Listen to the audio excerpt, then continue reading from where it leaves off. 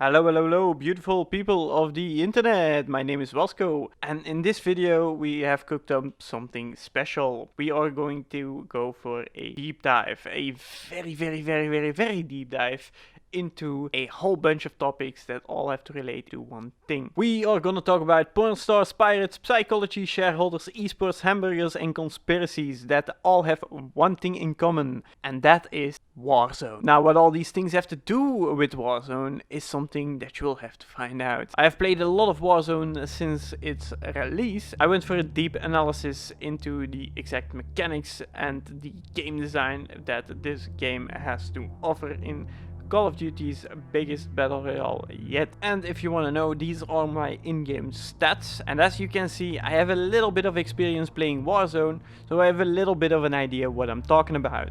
I also went around 1.5 terabyte worth of Warzone gameplay footage that I have recorded over the past year. I don't know if you can believe it, but there are a bunch of clips that I still know that are missing, that I either deleted or have lost. I spent a lot of effort and time into making this video, so I really hope you enjoy it and learn something new, get some new insight, get some new perspective. This is the first time that I'm actually making one of these videos, so my audio levels aren't always gonna be balanced. There's nothing wrong with the audio per se, but sometimes I'm talking a little bit louder and sometimes I'm talking a little bit softer. And no need to worry, they are still more balanced than this game is. Or just want to watch me trash Warzone for a whole long time. And this is gonna be a serious roller coaster. We're gonna have feelings of anger, frustration, sadness, anxiety, joy, passion, appreciation, friendship,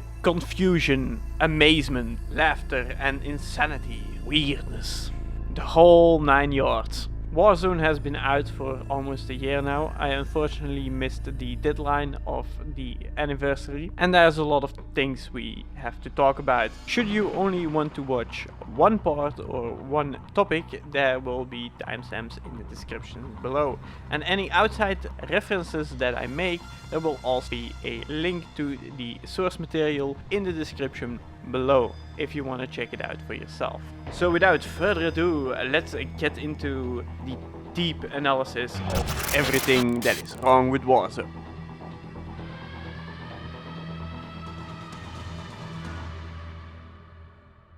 The very first thing that I want to talk about is the way this game tries to hold your hand at all times. And simply put, this means that it constantly gives you confirmation, it constantly gives you way more signals than you actually need as a player. The most obvious example, and the one that frustrated me the most when it actually came out, was the enemy dropping in line whenever somebody flies in with a parachute. The problem that I have with it the most is that when you're coming from the gulag, you have a lot less resources when you come back from the gulag compared to the squad that killed you, for example. And for the game then, you know, let's say you want to be sneaky and sneak around the squad in question that killed you, and they all get a notification, hey, there's an enemy dropping in. I mean, what chance do you stand as a pistol guy only? Take the following clip, for example, where we were going for the second loadout and somebody came flying in to get theirs. Now, happily to admit that he didn't play it the most smart, but at that point in time my team was very strong, and basically giving, and it was with the sweaty guys, so basically giving 4 sweaty guys that have more than enough bullets, loadouts, guns, you name it, and give them a signal saying, hey, there's a fresh pound, somebody who has absolutely nothing, you want a free kill type of message. Hey, what do you think they're gonna do? Op map.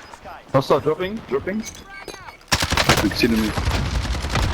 Come cazzo è possibile? They're gonna be like, oh no, we're just gonna leave him alone. No, of course, what's gonna happen? Boom. They're gonna try to completely wreck him. And that's also one of the problems with that message. As soon as somebody hears the message, they're instantly telling their squad, and instantly, what does the whole squad do? They look and try to surface the sky. And now that definitely needs to be some balance. But the problem with the balance is that instead of basically a good player having to hear the sound of a parachute throughout all the noise, you basically have the game telling you, hey, there's a parachuter coming. Here's another clip of me basically trying to assist my team when I came back from the gulag after making a dumb mistake.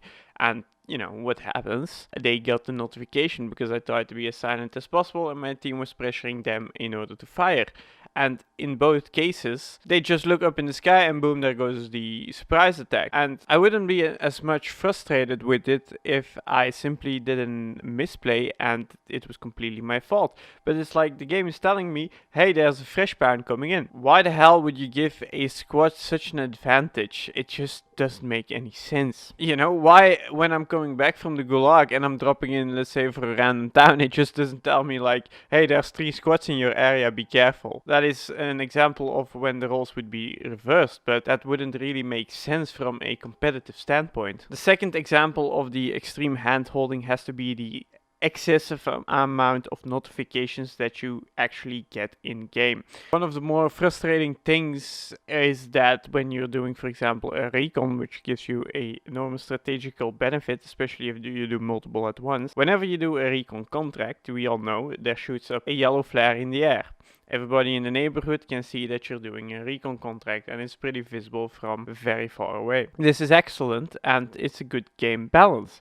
But then when you're actually standing near it as a team and somebody is doing it very closely to you, you get a notification that pops up that says, hey, an enemy is doing a recon contract next to you. Thank you, game. I could have never figured that one out on my own. And like, do not get me started about the most wanted contract version of that. Let's say you're playing quads and you're doing your thing, you're just looting, having a giggle, etc, etc. Then somebody fresh from the gulag actually manages to go under your radar without the notification of an enemy dropping in popping up, manages to sneak around basically in the very close proximity of your squad, and they pick up the most wanted contract. Because for some reason, almost every single squad in this game plays the most wanted very defensive. I'm talking about, of course, those guys that pick up a most wanted contract and then just fly a helicopter around the edges of the map. While not the most wise strategic decision, it can definitely work. But the problem with it is, whenever you take a most wanted, basically what you do is you put a live GPS tracker for the whole server. So theoretically speaking, that's a max of, 151 people. Everybody can also ping the most wanted, and that allows them to have vision through wall the exact distance away and the exact height difference from each other. For me, that's quite a lot that you have to deal with, which in essence is a few couple of $1,000 if you succeed, and of course getting a free team revive. And those definitely can come in handy in clutch situations, but not as a defensive measurement, because it invites sweats. And the worst part I find about it is simply that despite all those disadvantages, if you pick it up near enemy players, they get a pop-up notification in their face on top of that. I also love how each time you pick up money for the first time, it says that you can spend cash at buy stations. I could have never figured that one out on my own. Seriously.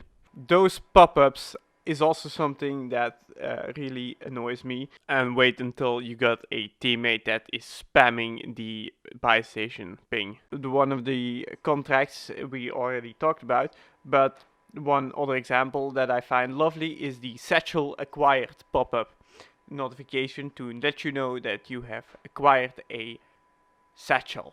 Because we all know how hard it is to pick up a satchel. You have to keep spamming that pickup button because otherwise you're not gonna get it went between the loot, and it makes it so much harder when you're already in a fight and you just want to pick up the satchel, but then you start picking up random things or the satchel's kind of buggy. So luckily the game provides you with a pop-up notification when you finally succeed. In terms of signals, the fact that the satchel disappeared and that in your lower left corner the armor plates have been refilled by the satchel is apparently not enough. So because you're not good enough of a player, you have to get a pop-up notification that says you have acquired a satchel. And it's not only satchel, it's every time you buy something, you also get a notification. Take for example the next clip. For some context, this was of course during the highly popular DMR meta, whereby everybody was rocking it. I had to buy my teammate back, and there was a little bit of a discussion of did I knock a guy or did I not knock a guy? Did I kill the guy in the corner to the left? So I was a little bit focused on the loot on the left and on the guy driving away. Didn't have any plates left, and of course had a lot of money. Naturally, what do? You find a buy station. Now here's my question for you. Did you spot the enemy player about to shoot me?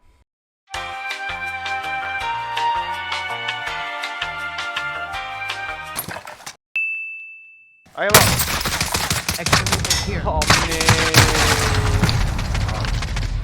It's probably a little bit easier if you're watching it from a third-person perspective instead of actually playing it yourself. But it's one of those things where the notification screws me over and adds nothing but fluff to it. Something weird I've also noticed is that sometimes the game pings people for you. I mean, I thought the ping system in this game was pretty nutty as it is, but you don't even have to press a button for it. I have no clue how this works, but I've seen it pop up a few times. And if that isn't hand-holding, I have no idea what is. Then we got to, of course, have to talk about the next issue that bothers me ever since the release of the game, and that is the actual buy station itself.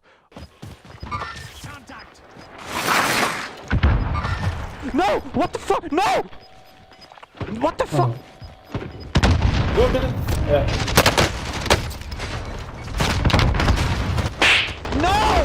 Fuck this game, dude! Why the hell does it have to be confirmation on buy? Why do I always have to press yes, I want to buy this item? Well, it's to make sure that you always have the right thing and that you double check before you actually buy something. Yeah, well, if you're somewhat of an experienced player, you know, 99.99% of the cases you're gonna buy exactly what you need. And if you don't have any money except for plates and you desperately need plates, why the hell do you need to confirm that you need plates? Because you can't buy anything else. Hey, Call of Duty, I would like to buy a loadout, but I only have $1,500. Can I please go 8,500 in debt so I can buy a loadout? Because I clearly want to buy that, but I'm not sure if I want to buy the plates or not, because it's the only thing I can buy. Hey, are you sure you want to buy your teammate back? Wouldn't you rather buy a self-revive? Cynicism and sarcasm aside, by having players constantly have to confirm every single buy that they have to do,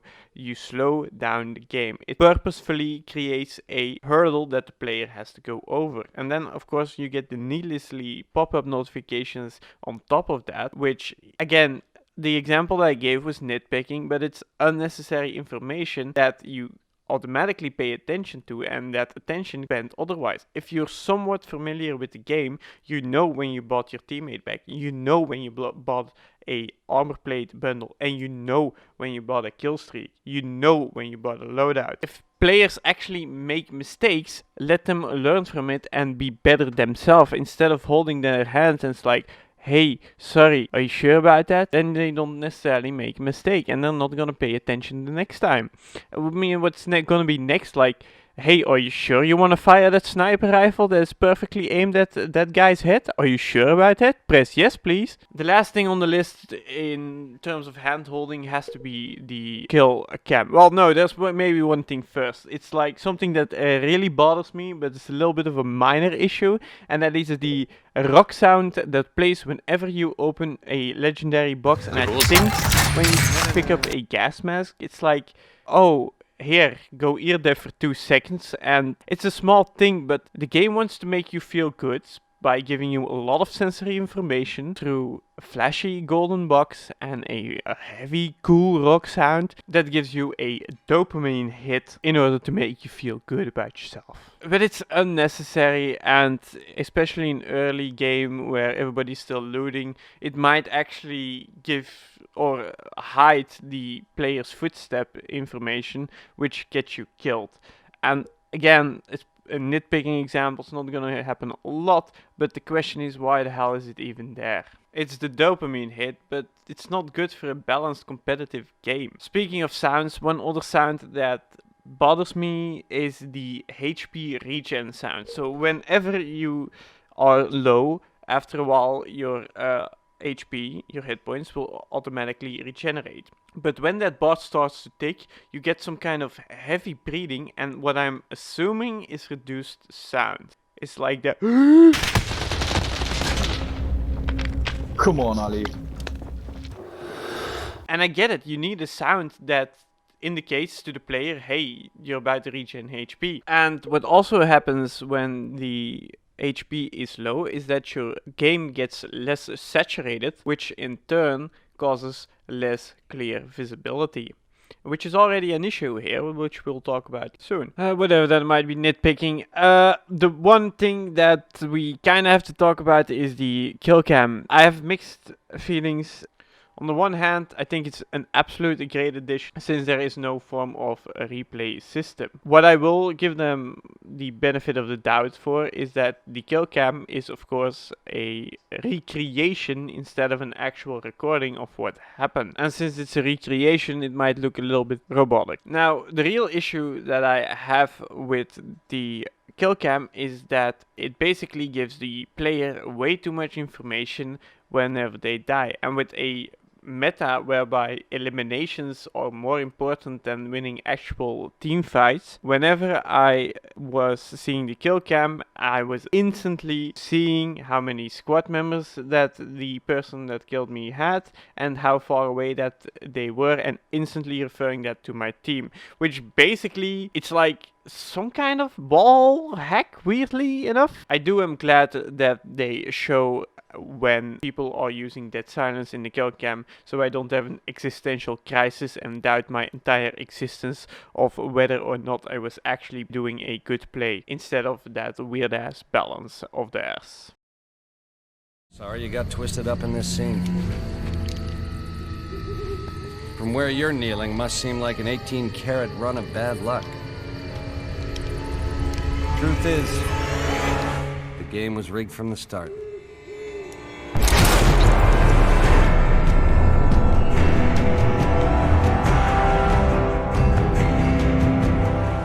Speaking of bad balance, let's start up with the first one, and that is the guns and the meta around the guns. Again, this is a shooter battle royale, so the guns are quite important, and I have a feeling they are a little bit balanced according to rock, paper, scissors analogy, which isn't necessarily something bad, but it gets when it's like set in stone that much, as I have a feeling it is with Warzone.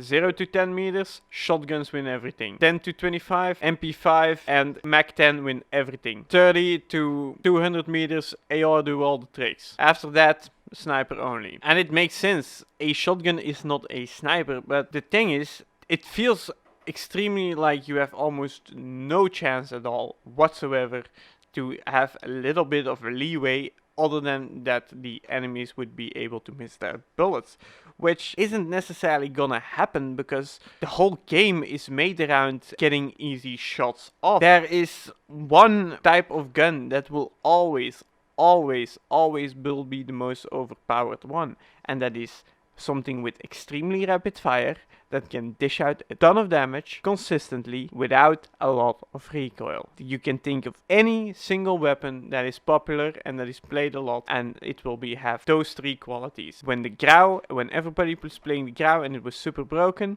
it was that. The Bruin was even worse. Then of course we have the DMR, which basically had little recoil, a whole even more damage than the Bruin and the Crawler, a high rate of fire. It was extremely noticeable with the Bruin and the DMR when you were playing as a sniper from 200 meters away from them. You couldn't do anything because they would just, as soon as you would even aim, the flinch of their sprays would start to kick in, and then they would just damage you, and you couldn't do anything about it. Flinch is also one of those mechanics that is way more noticeable with snipers than it is with ARs. There is almost no recoil, and then flinch is also not as big with the weapons that are the easiest to use. Flinch as basic concept is simply every time you take damage, you have a reaction to it which causes your aim to be off. I guess a good concept in theory, but in practice, especially against snipers, it's so annoying. And I can understand that it counters snipers. But take the following clip, for example. I am fighting a Bruin user after the double nerfs, and I can't do anything about it. I can't even go near him. And that's what I meant. It's 120 meters away. An LMG user can full spray me while I'm having a sniper rifle thanks to flinch. Since the Bruin is extremely accurate, it guarantees flinch. What's the point in playing a sniper rifle if as soon as somebody sees you, they can just aim their gun at you and you can't do anything about it anymore?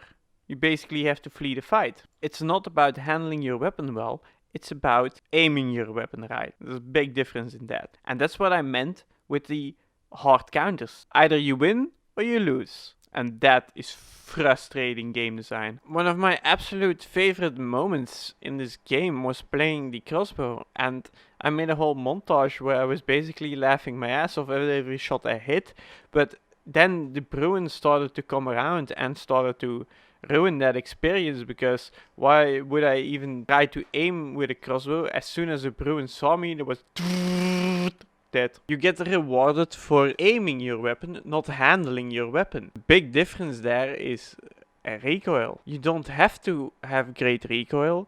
The game will do it for you. Just put on some attachments and then it will be okay. Then you can just aim at something and it will be dead. Compared to a shooter such as Counter-Strike, for example, which has notoriously insane recoil patterns, having a perfect spray from even 30 meters away with an AK is extremely difficult in that game. This was of course extremely noticeable when the rocket launcher and the C4 were in high demand, let's say, and whereby even, throwing a weird C4 could kill any vehicle that even drove near it, and in the RPG where people would just shoot you around the corner. All they had to do was aim and shoot. They didn't even have to handle the RPG. It's not like the rocket would fly in a certain direction. I am glad that they didn't do it like other games where an RPG would randomly change directions mid-air. Anyway, that allowed for some very cheeky kills that weren't really balanced that well. And by nerfing the RPG, I remember that it basically was stronger in a lot of situations thanks to the testing of exclusive Ace. It was also again at a time where the ground loot was the RPG. That would mean that you could simply pick your loadout with Ghost and then use the ground loot RPG as your secondary. And then we come to another part that bothers me. The ground loot compared to the weapon loadouts is absolutely useless. I understand that a big motivation of the game is that you go for your loadout and farm up, like in MOBAs for your items, you farm up for your loadout weapons. The loadout weapons in this case put you at such a massive advantage because they don't have the range, they don't have the silencers that hide you from the minimap, which is not necessarily a bad thing, but it's hard to compete with a FFR that's blue from the ground against a DMR, for example, that is fully kitted out. The balancing act of the ground loot, having very few bullets, no silencers, no range attachments on them compared to the loadout weapons that have them always, it's not really a balanced thing, and it makes the mid game very, very hard for players that want to come back and that their free loadout is in the gas. I'm not arguing against that loadout weapons should be equal to ground loot. I'm just saying that give the ground loot either a silencer or a lot of bullets or something like that, because a great kilo of 30 bullets is just enough to do the trick. But the shotguns, for example, unless they are legendary and even then are completely useless compared to their loadout counterparts.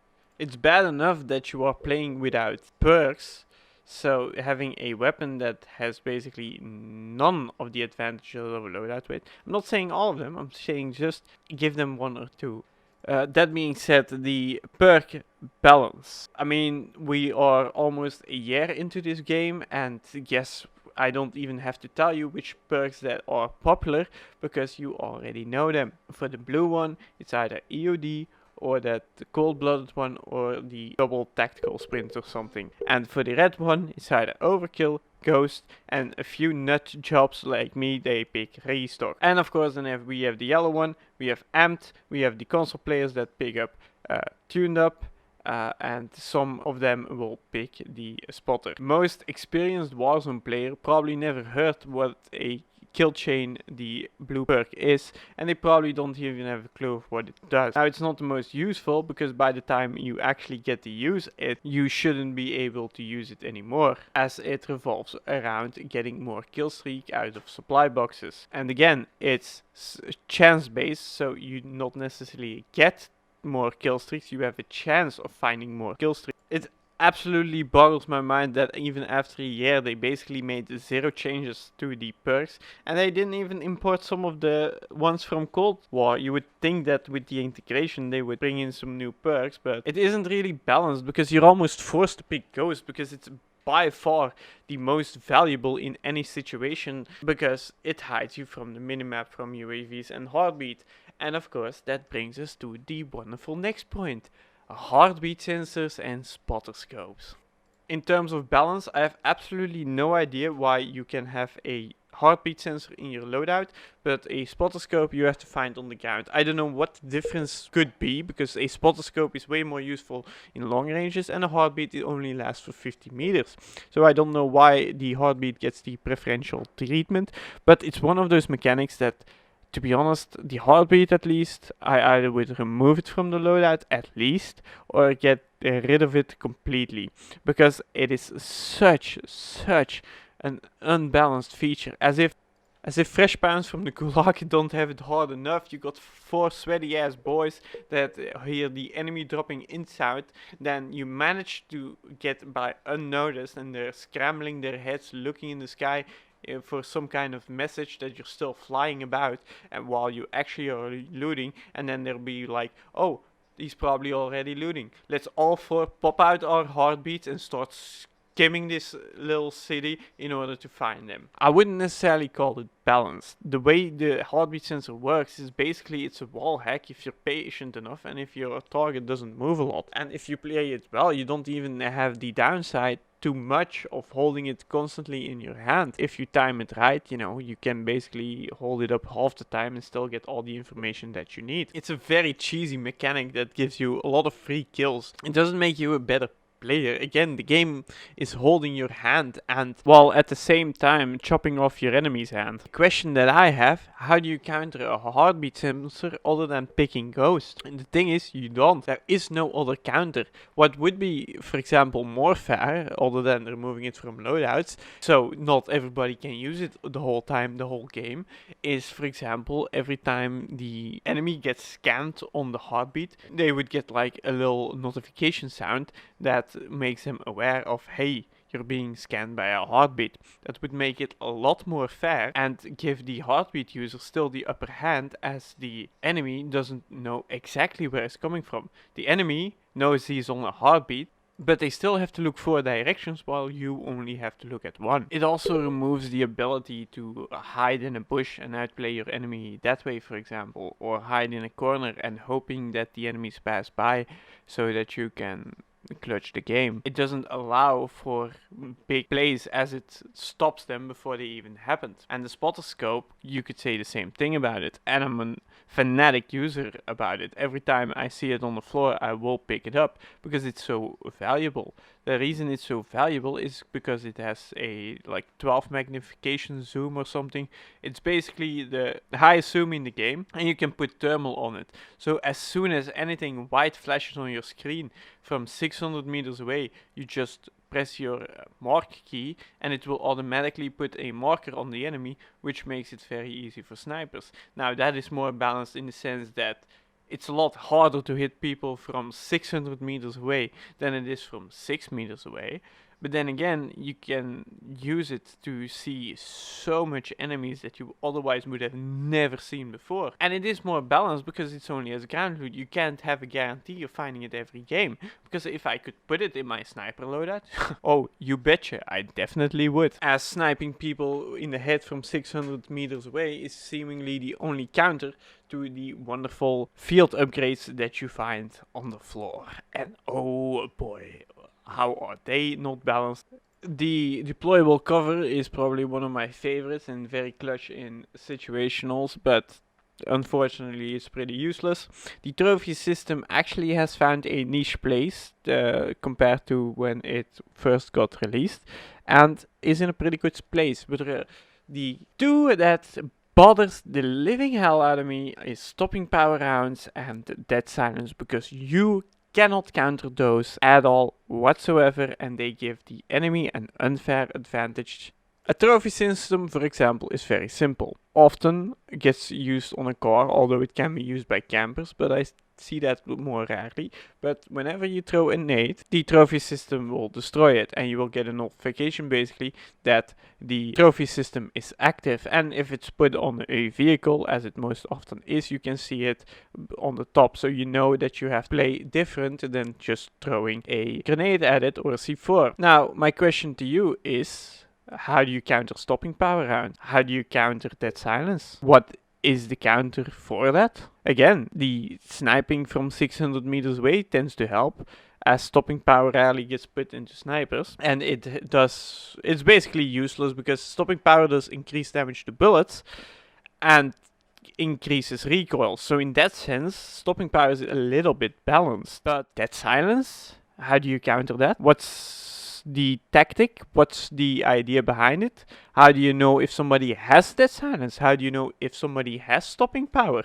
Because that's also something. If two equal players, complete equal players with complete equal loadouts, fight each other in any scenario, but one has luckily found stopping power rounds on the ground floor, who do you think will win that fight?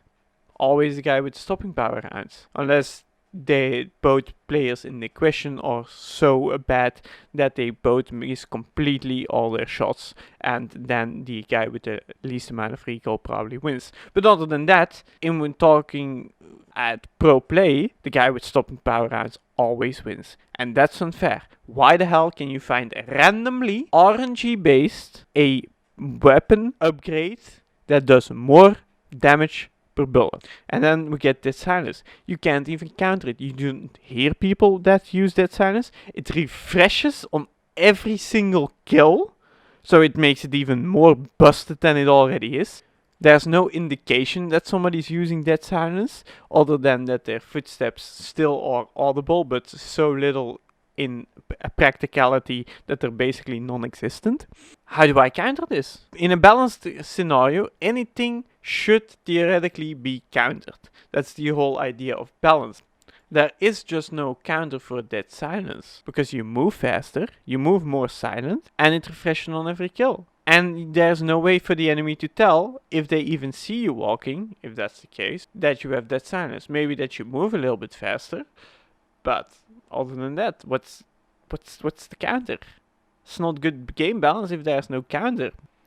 That was the problem with the DMR, for example. It was good at short ranges, it was good at medium ranges, it was good at long ranges. There was not a single weapon that actually could do something about it. But dead silence, for some reason, is in the game the whole time, and it randomly gets kills. And it's extremely frustrating thing to deal against. Okay, that's... What the fuck? What the fuck? Oh, dead silence. Dead silence should just be removed. It has no place other than getting, I wouldn't say necessarily free kills, but those enemies can't learn from their mistake. They can't learn from their deaths, because dead silence, there is nothing you can do against it. So therefore you can't learn anything from it.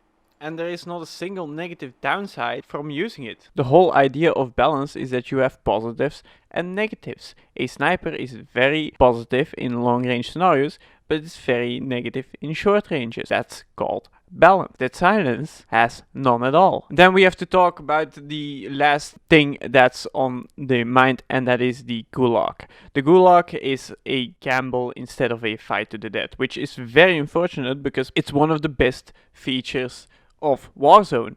The fact that when you die, you have a chance to fight your way back to the land of the living. But the unfortunate part is that the gulag is far from balanced, and I'm not gonna be the only one that's saying that. There are definitely some weapon choices that I personally would remove that promote camping, and such as the snipers or the LMGs or the ARs. I would personally only keep it to pistols and shotguns, but that's even a matter of personal preference. But I'm pretty sure that anybody would agree.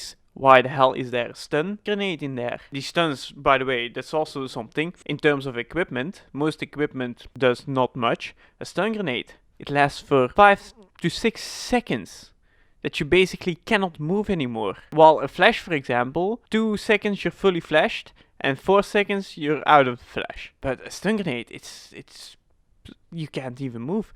There is just no decent really equipment that can be used in different scenarios. But that being said, we all notice that in the gulag, if you see a stun grenade, you just sit in a corner, you wait, and you randomly throw. And the first one who randomly throws a stun grenade and hits the enemy, that guy's gonna win the gulag. Because the enemy can't do anything for 6 seconds, and 6 seconds is more than enough to win a gulag. It's not really a fair fight if it's constantly with equipment. Now, I'm not necessarily saying that having pure fists is better, because there seems to be something wrong with fists themselves. But, or for example, take the double deagle. I can promise you one thing, not a single person who is watching this would like the double deagle. Why? Because it's RNG based.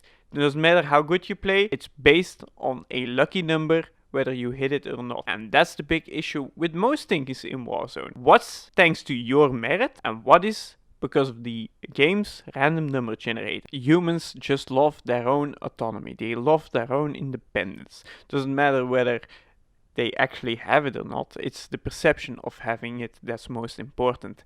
And that's the problem, at least in my case, with the Warzone. Once you see through the perception, and once you realize that no matter how good you play, you're gonna send to the gulag, and you're gonna get a double deagle, and you're shooting 7 shots, and they all miss, 14 in this case, and the enemy just shoots one time with the double deagle, and you're out. That doesn't mean that the double deagle fights are unwinnable per se. They definitely are, but it adds an element of randomness, and I've raged more than once on the fact that the double deagles basically weren't hitting the shots that I wanted it to hit, while my aim was basically on the target. The gulag is an absolutely wonderful idea. Unfortunately, there's just too many of those cheesy mechanics, whether it's stuns, molotovs, weird hand combat, guns that don't necessarily make a lot of sense. That being said, we have to talk about the audio in this game, and as I'm sure I'm not the only one, audio isn't exactly perfectly balanced as it should be. There are plenty of times where I question my sanity, or whether or not I should have heard that one coming. And sometimes you can take it on dead silence, but other times...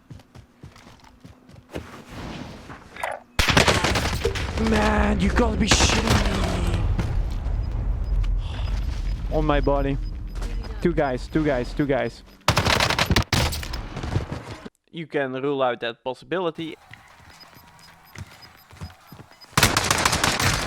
What?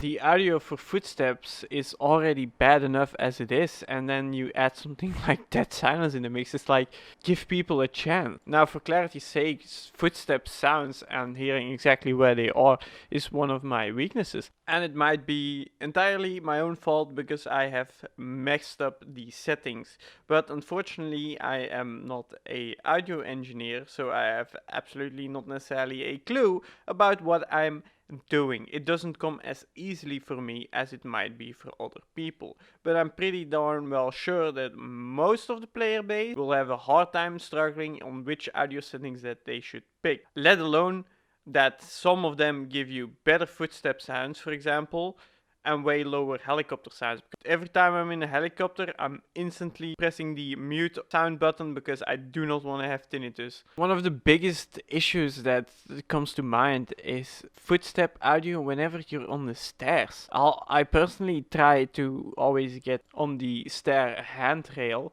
to avoid being hurt. I mean, but the footsteps, like when you're crouching and it's so soft and silent, nobody's gonna hear you, and then you step on the stairs. It's the loudest thing ever.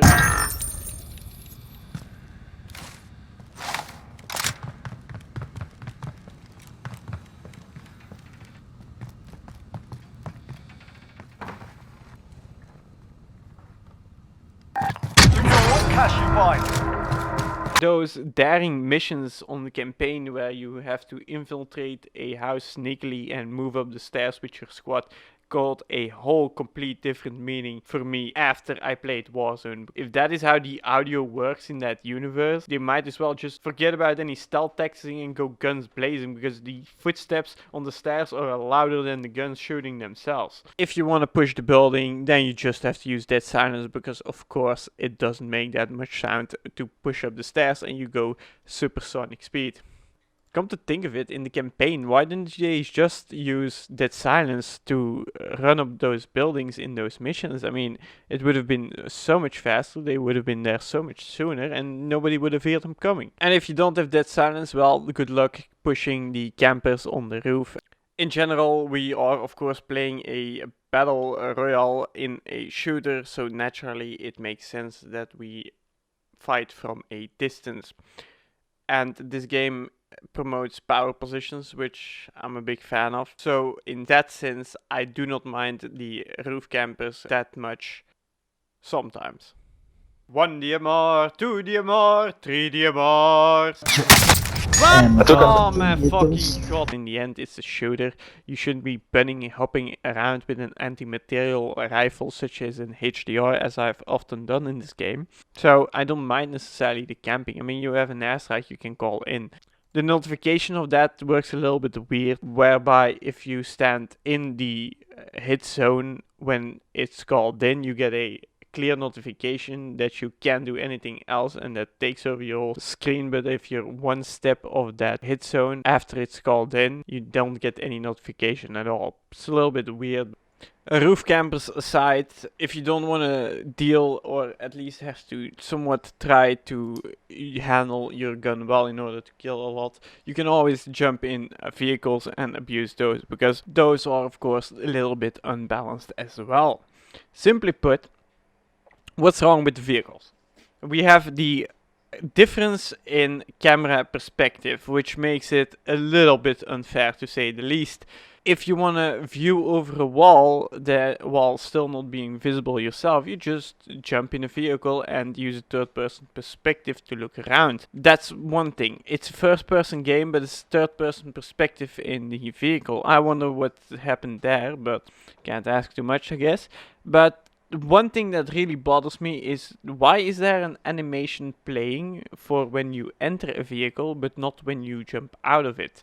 And since you can jump out at any time in a vehicle without taking any fall damage whatsoever and having absolute no downside again to jumping out of a top speed driving vehicle, and then this is especially prevalent with the truck, whereby you can jump out of the truck without the enemy not even realizing you jumped out, because they were shooting the truck, and the truck keeps driving forward. You jumped out and you shoot the guy.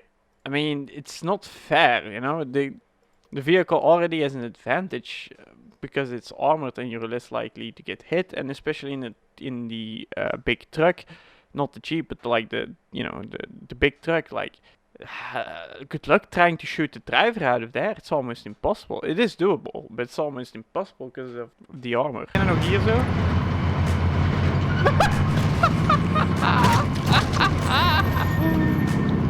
The thing is just with the moving in animation, when that plays, you're still vulnerable. You can still get popped, but not when you just jump out. It's unfair that somebody can teleport out of a vehicle without you basically even seeing it properly. And that's another issue with a lot of things in this game, and that's the general visibility. I don't know how to properly describe it, but it feels like the way the light works in this game is completely bonkers. Which again creates another bunch of scenarios whereby you question whether you actually could have done something about it or not. It also makes a very frustrating experience. I'm not against having super bright areas and super dark areas in a battle royale because it opens up tactical possibilities. But I have a feeling that Warzone blinds you completely or puts you in the corners of the eternal darkness. Take for example the following clip, the window. I'm standing in a dark room on the attic of one of those houses and I'm looking out the window. Everything's fine if I stand up to the window, and if I'm 3 meters further, so I go back 3 meters, the window is almost completely white out and I can't see anything anymore out of the window. And I'm wondering what the hell is wrong with this. It's too much of the both extremes. And here is another example where I was fighting in one of those buildings next to the Twin Towers in the middle of the map, and you have the dark inside and the extremely bright outside.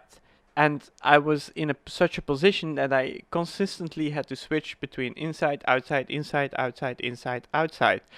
And it became so messy and it becomes so hard for your eyes to consistently adjust to one way or another. It made me completely miss a guy that was pushing me. I mean, do I have to start wearing an eye patch just to play Warzone properly? Here's a quick history lesson. The reason pirates wore eye patches wasn't because they missed an eye, but it was because on the lower decks it would always be extremely dark and the upper decks it would always be extremely bright. So if they put on an eye patch, it would be easier for the one eye to adjust to the darkness, and when they had to go below deck they just had to remove the eye patch and they could perfectly see with that eye. Our eyes adjust way easier to the light than they will to the darkness. That's why they wore an eye patch all day. But that being said, take a look at, for example, this clip. I'm fighting with a guy and basically the sun is blocking my eyes. Of course, naturally, the game wants to hold my hand and tell me that there is a loadout available. And that's one other thing that extremely bothers me is basically as soon as one of those free loadout drops, the first thing I do is I ping it so the marker is less visible on my screen. But I'm fighting here. I have to deal with the sun, I have to deal with the marker, I have to deal with the smoke of my own grenade, and I have to deal with iron sights. And what every time happens, every time he peeks, I have to adjust that microseconds more to finding him and then being able to aim at him, while he clearly has complete vision and no blockage whatsoever. Now, he definitely had the better gun and the better optic for this, I wholeheartedly agree, but why does the sun have to be so violently aggressive? I mean, take a look at this clip for example. These two were almost completely invisible, even aimed down sight, because the sun was blocking your vision. Our eyes are attracted to the light. It's a little bit the same when you're in a very dark night where everything complete darkness and all of a sudden a spotlight flashes your eyes, and what happens then is you see the spotlight and everything that the spotlight shines upon. Everything after that spotlight you don't see. Everything that's not lit up you do not see at all. And that's exactly what happened in this clip. It's super hard to see and to notice. If the bullets weren't flying, and would have never spotted them if the teammate also didn't tank them. This is such a weird decision on how to make the game.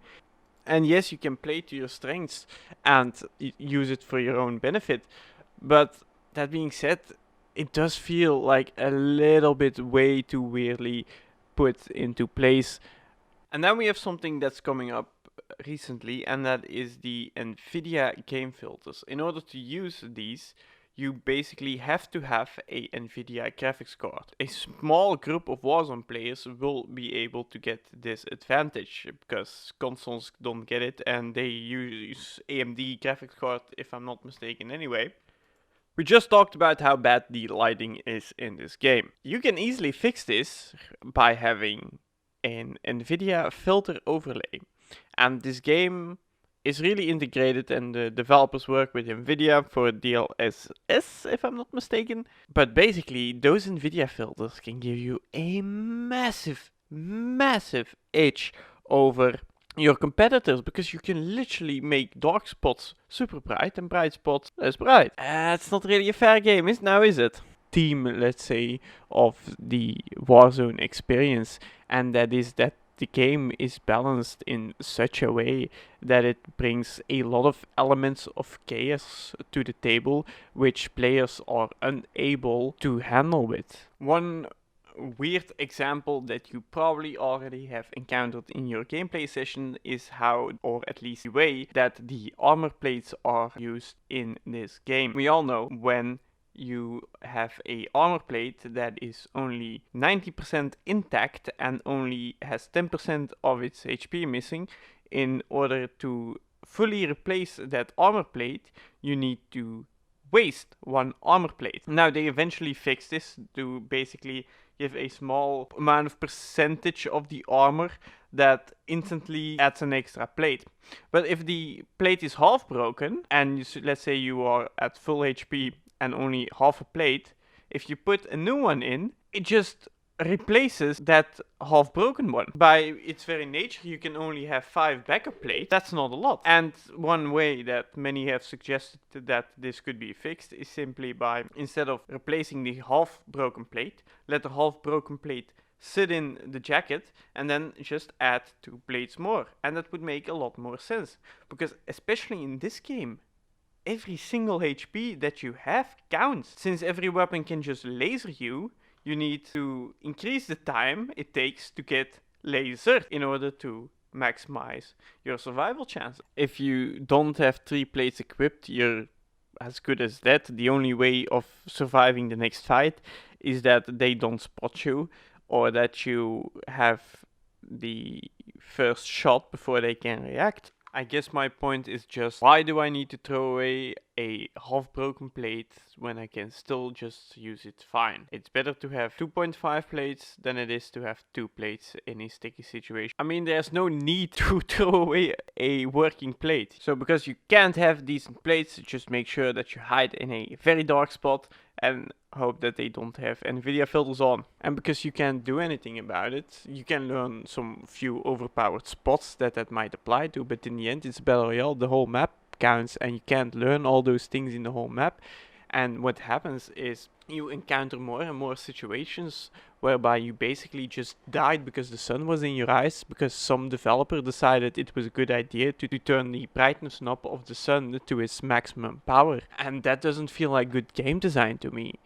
If somebody's hiding in a bush, for example, you know it's a bush, and a bush camper is a strategy that's commonly used. So you can choose, do we shoot the bush, do we properly check it, we can counter it.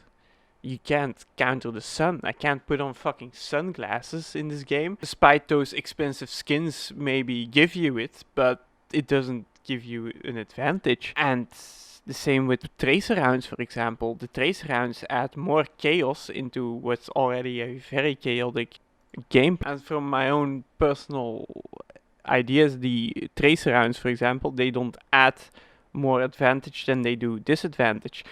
For me, they are actually balanced. Well, maybe not all colors, but a lot of them are, because your teammates have an easier time spotting where you're shooting, but your enemy also has an easier time seeing where you're shooting. So in that case, it's situational and it's pretty balanced. But take, for example, the way end zones are handled in this game. It used to be that the last circle, it would just get smaller and smaller. Then they changed that to a moving circle, the same way Fortnite did it, whereby the circle basically goes to instead of shrinking, it stays the same size, but it moves completely to another side. And now, when it happens, It's here is a new circle, you have 10 seconds to decide, and you need to move. You do not have any options. And what I've started noticing is that basically if you are one team versus one team and it's a fair fight, and because of the way the zone moves so fast, it's so chaotic, the team that has the zone on their side will win and the team that has the zone on the other side will lose.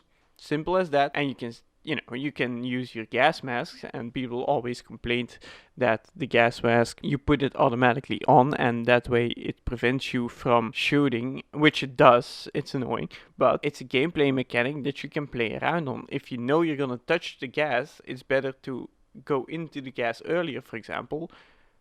So in that sense, it's even I have trouble making strategic decisions in the last circle when it moves this fast. And I'm a complete nerd that makes strategic breakdown videos of 1 hour straight. Not everybody's gonna do that. I know that well effect. And then we come, of course, to the creme de la creme of the Warzone experience, and that was the absolute shitstorm. That was the Juggernaut. The Juggernaut, once people figured it out, even before, because first they introduced it with crates and it was like an event, and basically what would happen is like the crate would drop and people would start fighting over it, and one guy would be lucky enough to win the chaos that ensued, and he would be playing as Juggernaut. Now, then they added that fancy little puzzle, which was an absolute blast, by the way. I really enjoyed it, and with my mates, despite us having to try several times and being completely destroyed by it. But once you complete it, you just hop into the metro, and with a little bit of luck, you basically can stay in the metro, because of course the metro is still broken. I think they haven't fixed it in 6 months, because the way it used to work, or was planned to work, let's put it that way, is that you get into the metro station, and if the next metro station isn't in gas, then the train would just keep moving. Then you would take the train towards that bunker, and there you would get the Juggernaut and guns and specialist bonuses that give you all perks, because of course having only a Juggernaut on your team wasn't overpowered enough. You get money, you get advanced UAVs, you get everything. You get a bunker full of it, and every time you just log in the game, you just go for that puzzle thingy, and you would get free win after free win after free win. Because the thing that I just talked about, fast moving circles that create chaotic, you don't have to decide when you're in a Juggernaut suit. You can tank 4 people shooting at once, and your team can do the rest. Because one of the lovely other things, of course, with the Juggernaut is that every time you full kill somebody, elimination, it restores 20% of your health. Why not? I thought that silence and stopping power rounds were overpowered until I fucking stepped in a Juggernaut suit. That thing is absolutely bonkers broken. And also the fact that one of the negative or disadvantages in order to balance it, I'm assuming, is that it moves a little bit slower and can't go as fast as normally. What you do, just put it on an ATV or in a truck or whatever, and you can just drive around the map without any issue. And it was getting to a point where every single game there was a Juggernaut. There is even a game where me and my bro killed 2 Juggernauts almost on our own, and having to fight everybody else at the same time. I was sneaking out, I was trying to measure, because I was sitting in between a few different squads, and then I have to fight Juggernaut? How fair is this? I know a battle royale by its very nature is not fair, because in essence you're always fighting another team and the gas, or the circle basically. You're always fighting that, but I mean, there's a limit to what one man can do, and even then, despite me playing it so super well, despite me doing so my best in order to outplay, maneuver, and try to at least get something done, the Juggernaut still was able to kill me. And it's not that he had a lot of time to do it. It's not a lot of time. And then I wonder, really, who the hell gives this the green light? It's a fun little addition for a limited time game mode, and it might be implemented in a strategic manner where it's balanced, but the way it was handled and for how long it stays, I really wonder who greenlights all these decisions. So close.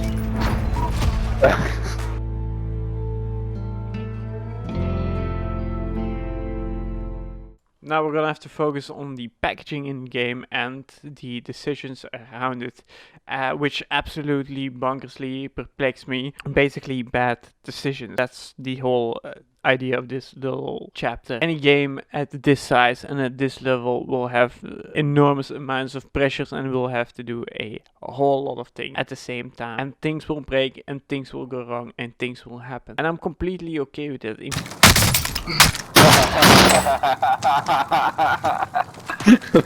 fact, I rather have it because it learns and it improves and the games get better over time. I've had my fair share, I would say, about crashes and people I had to fix their game in order to play with them. Especially weird example was that you had to start up the game, rename the .exe file so it has something else, and then the game wouldn't crash anymore. My buddy had that problem and it was one of the most annoying things because he would just randomly crash, nothing would happen. And of course, you know, in game, people that abuse the map, and I've had one instances where basically the map wasn't loading, only the floor was, so I could see through trees and rocks and buildings and whatnot without any. Some of these crashes and exploits are to be expected. That's all completely normal. What isn't necessarily normal is when the stim glitch, for example, is literally came back 3 or 4 times in a row. I remember when the chopper glitch happened, like they would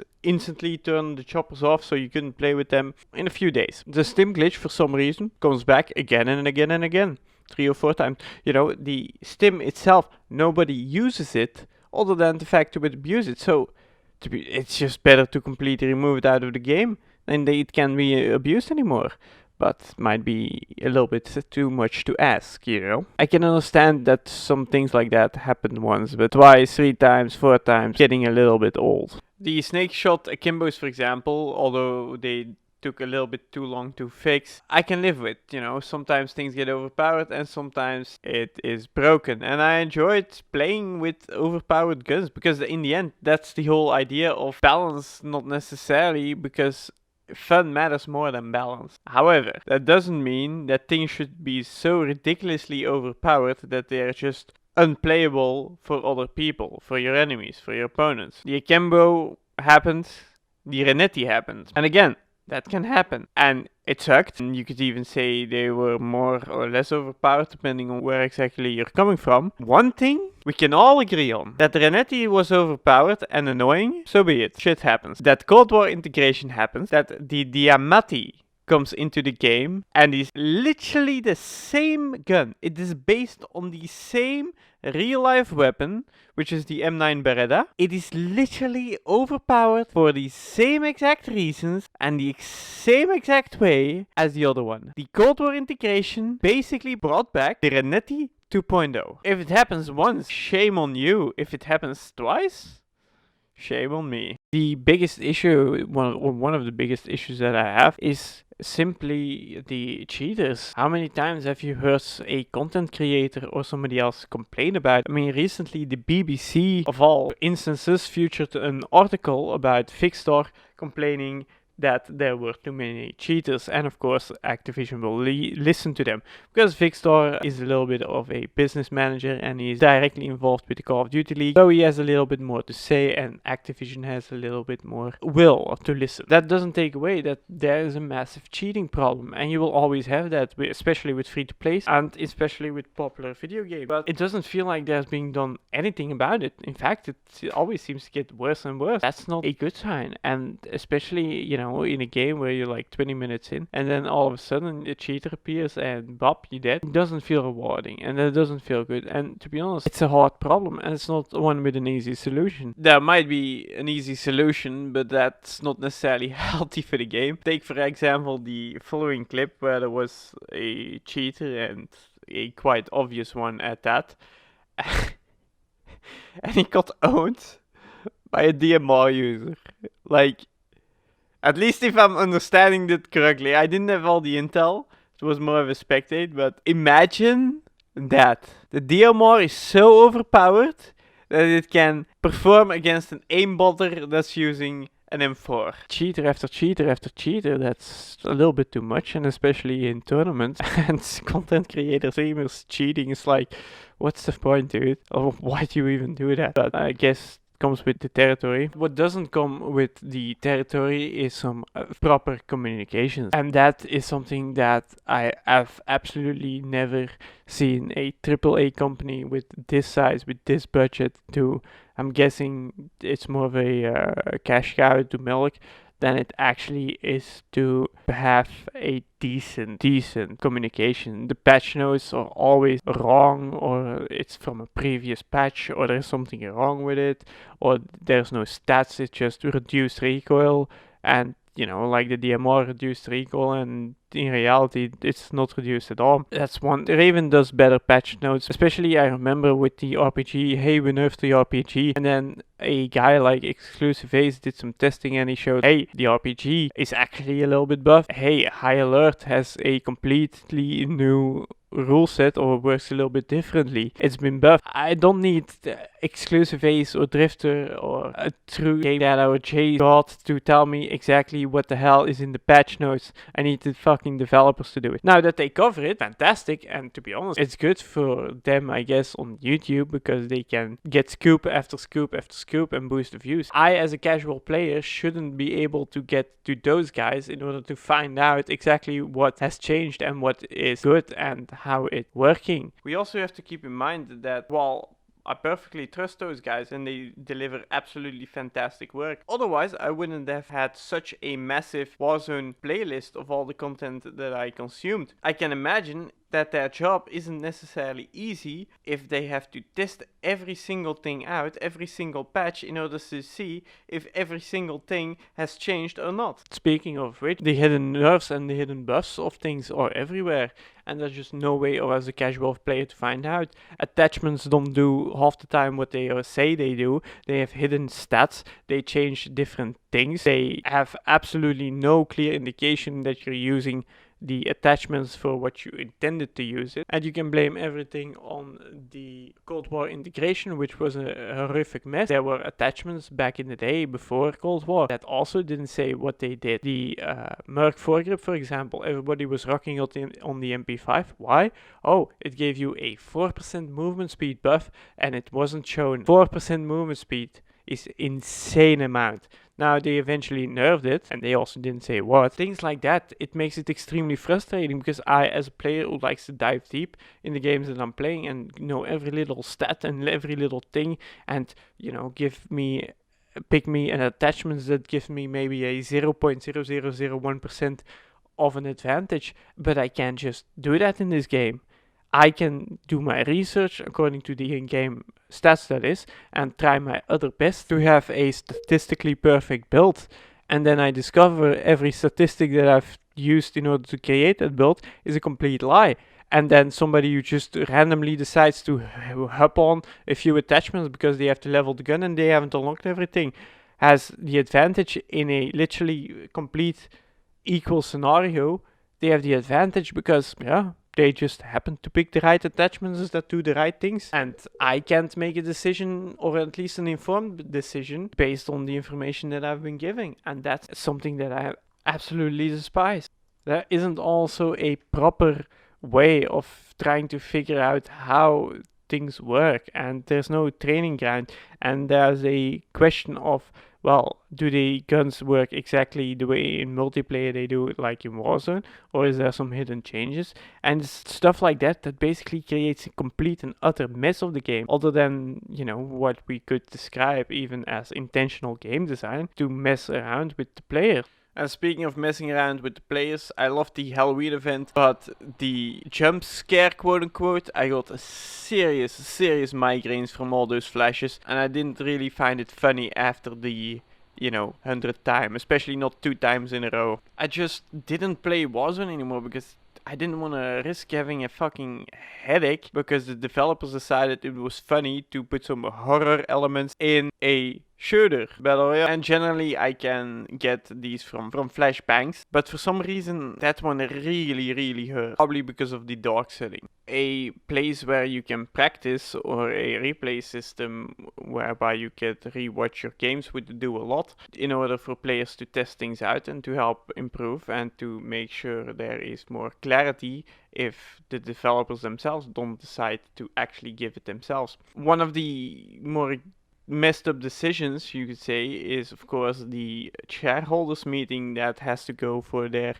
quarterly reports on how much profits the game is making. And I don't necessarily blame them, but since the balance is always so wacko out of hand, it takes so long to fix, I kinda have an issue with it. It's like with the Bruin, it was overpowered for a longest time, the whole meta revolved around that gun, then it got a slight nerf, which wasn't even noticeable, and of course they added a operator bundle of $24 a pop, which gave you 3 rounds of the Bruin. And then they nerfed it again. The 11th of August was the first Bruin nerf, and I think the 20th of August was the second Bruin nerf. And before that, let's bring out the operator bundle. I'm not against a company making money, and I know some of them use a little bit of dirty tricks here and there in order to get some extra profits down the line. Truth be told, I wouldn't even care that much.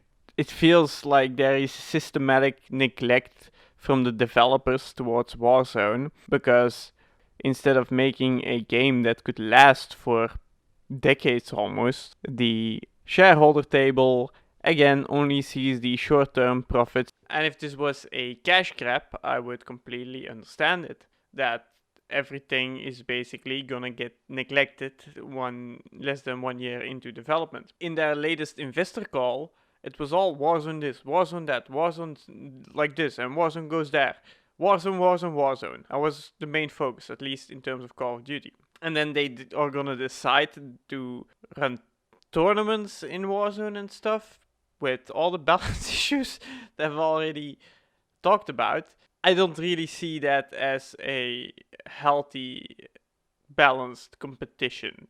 I mean, maybe it's more like Hearthstone, who knows. I wonder if they will drop in a Juggernaut into those Call of Duty League tournaments. That would be fun to watch.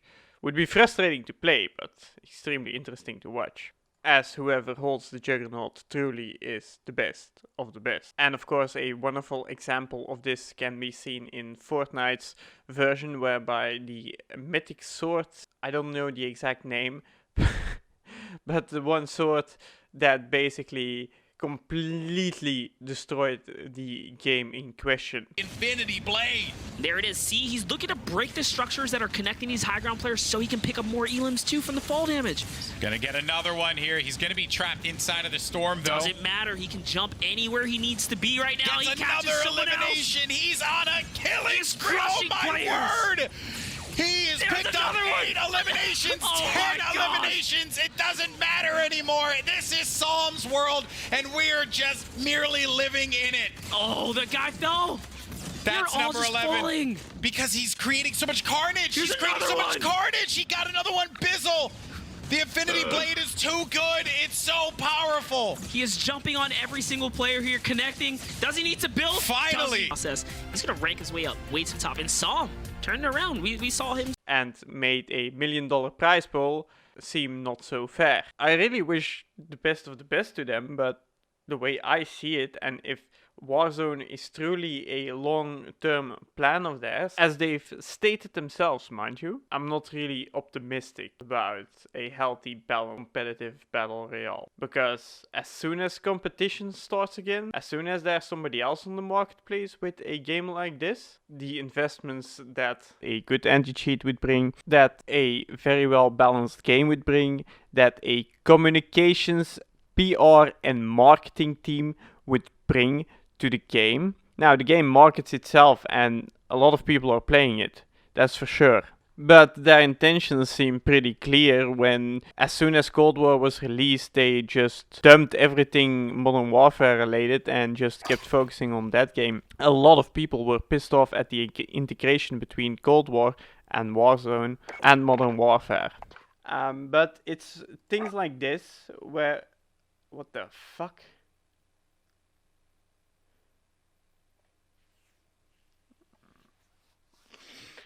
So I basically get an ad. I know everybody has to work from home and stuff and that you can't ask too much. But, I mean, you can get at least somebody or an intern to be like sitting 8 hours on Reddit talking to people. It's a little bit hard to take a game like this serious if the game in question doesn't get taken seriously by the developers themselves. And I'm pretty sure there are a lot of hardworking developers on Warzone that absolutely love what they're doing, but I'm talking about the ones that make the decisions or that keep the ship under control. The Juggernaut was a prime example of this, but all the smaller decisions matter too. It's a compounding effect, and it's just unfortunate that they try to squeeze the cash cow as hard as they can instead of milking it a little bit every day and milking it for a long time. And one of these weird decisions is, of course, the skill-based matchmaking and the larger community at hand.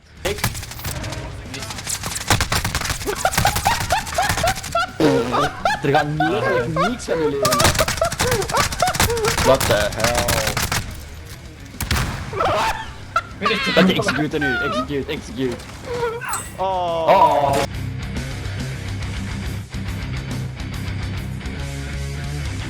And then we come to the conclusion of everything that we've just talked about, and that is skill-based matchmaking. Everybody wants to be the best, and everybody wants to win no matter what. And our brains are so optimized that they will take the path of the least amount of resistance. And the least amount of resistance means the least amount of effort, simply put. It's not always the case, but generally speaking, you can view it that way. So in other words, if there's a gun that basically shreds everybody, is almost no skill to pick up and has no recoil and can shred multiple people at once, then people are gonna automatically gravitate towards using that.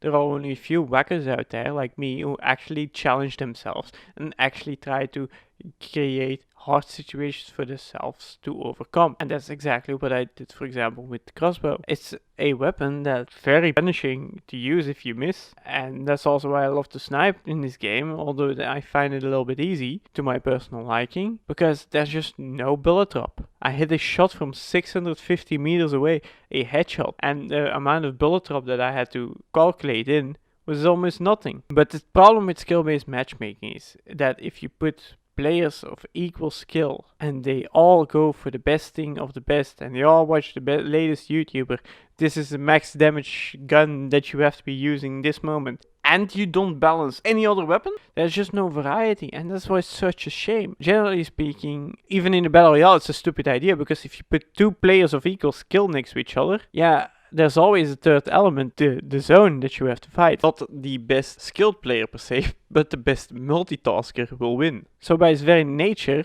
it's not a fair scenario. And I would say if you put more noobish players with experienced players, for example, experienced players might try to start and do new things, which makes them in turn a little bit worse, because if you give the average Kilo or Bruin or DMR or Grau player a crossbow, they're not gonna perform well. Far from it. And that's the whole idea. And you just saw the clip about the DMR on the roof that I had with another squad. This isn't necessarily fun gameplay, and these aren't the greatest outplays, these aren't great shooting mechanics, this isn't great recoil control, this is simply two squads fighting on rooftops, abusing the mechanics in question.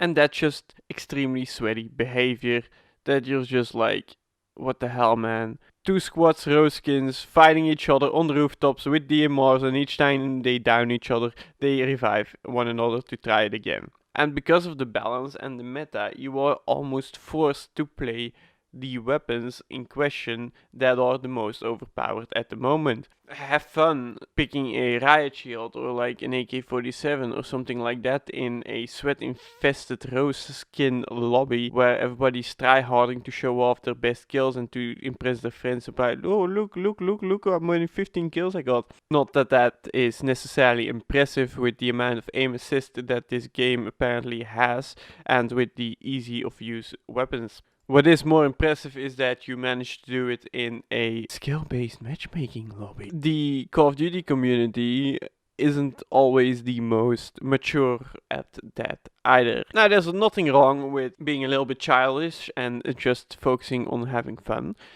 Actually, I quite indulge in that manner. It's more than once that I've seen a name that is a little bit questionable. At the end of the day, it's just a edgy teenager that is thinking to himself that he's hot stuff by just saying something offensive. That's not necessarily something new.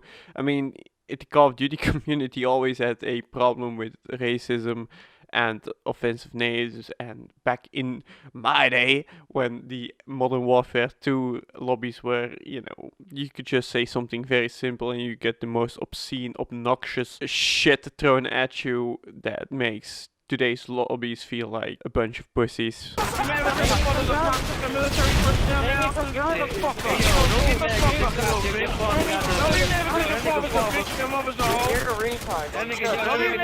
Now, that was of course in an age where social justice warriors didn't exist. That might help. I do love how when the Black Lives Matter movement, that all of a sudden racism and combating racism was a priority to Infinity Ward. I swear to God, dude, all these companies that fucking post like a completely black picture and it's like, hey, look at this, we're doing Black Lives Matter stuff. Donate to the movement or something, or like do something. Unless you're giving up your proceeds from the in-game store, it's, hey, please like us, because we do good. More experienced players, let's say, also try to spice it up a little bit more and try something new. And when you are less worried about how you are looking in your local leaderboard in high school, you also tend to experiment a little bit more. You care a little bit less about those XP boosts that you get with your local Monster Energy drink. Speaking of XP boosts, oh man, they're annoying. I've never seen a game that basically gives you XP boosts in a paid item and you only use them if you are actually playing the game. You activate one, boom, server crashes, bye bye XP boost. It's not really a ripoff, I guess. I never had an issue personally with it, but it kind of makes you feel a little bit bit. It happened more than one time that I've encountered the name of a porn star when battling my enemies. So should you need some inspiration when you go nut the next time, here's a list of porn stars that I remember having encountered in game. Didn't know that all of them played Warzone, but hey, in no particular order. So say thank you, Daddy Whelsko, in the comments. In psychology, I would say on a very healthy level, it's 33% that you're playing with people worse than you, 33% that you're playing with people of equal skill, and then of course 33% people that are absolutely better than you, so you get pub stomped. The remaining 1% should be such insane scenarios that teach you more about the possibilities rather than individual lessons, the ones that push you to your limits, or teach you where those limits can be, and so that you learn some cool stuff that you would do. That's the ideal thing if you really want to improve in the best way possible. It's not the best for a battle royale scenario. This is more applicable to normal, fair, balanced, where two sides have equal fighting power. And it's not necessarily the best thing to have fun, because that's in the end what's the most important. If people are enjoying themselves, then they will keep doing it. And the problem with this SBMM system is that you limit the amount of players that can queue with each other to have a good time, because if a good player queues up with a bad player, one will pub stomp and the other will be pub stomped on, and that's not necessarily a fun time.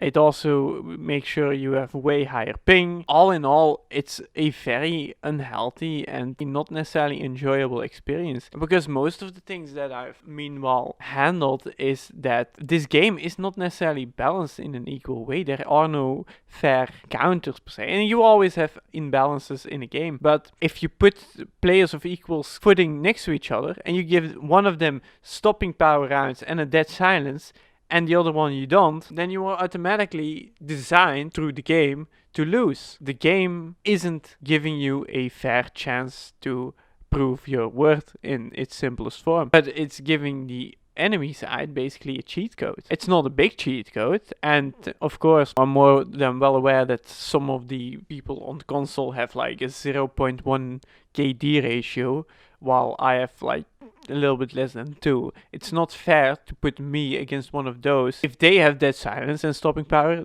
they will easily lose. Easily. I will beat them. Simple as that. But if somebody from my own skill level gets that, then basically he is fighting an unfair battle that I can't do anything about, that I don't know what it's about. The idea behind that, why a very low on the ladder player would be able to not beat me even though he has those advantages, is because a master of his craft can do the most with as little as possible. A beginner can do the least with the most that they can have. That's why even you could give the best of the best guy a pistol and send 4 of the worst guys after him, he will still stand a big chance against those 4 guys because he is so adept at every single thing that his craft has to offer. And the worst thing about it is it doesn't show your rank, so you can't boast about it to your friends. You don't know exactly how good or bad you are except for the stats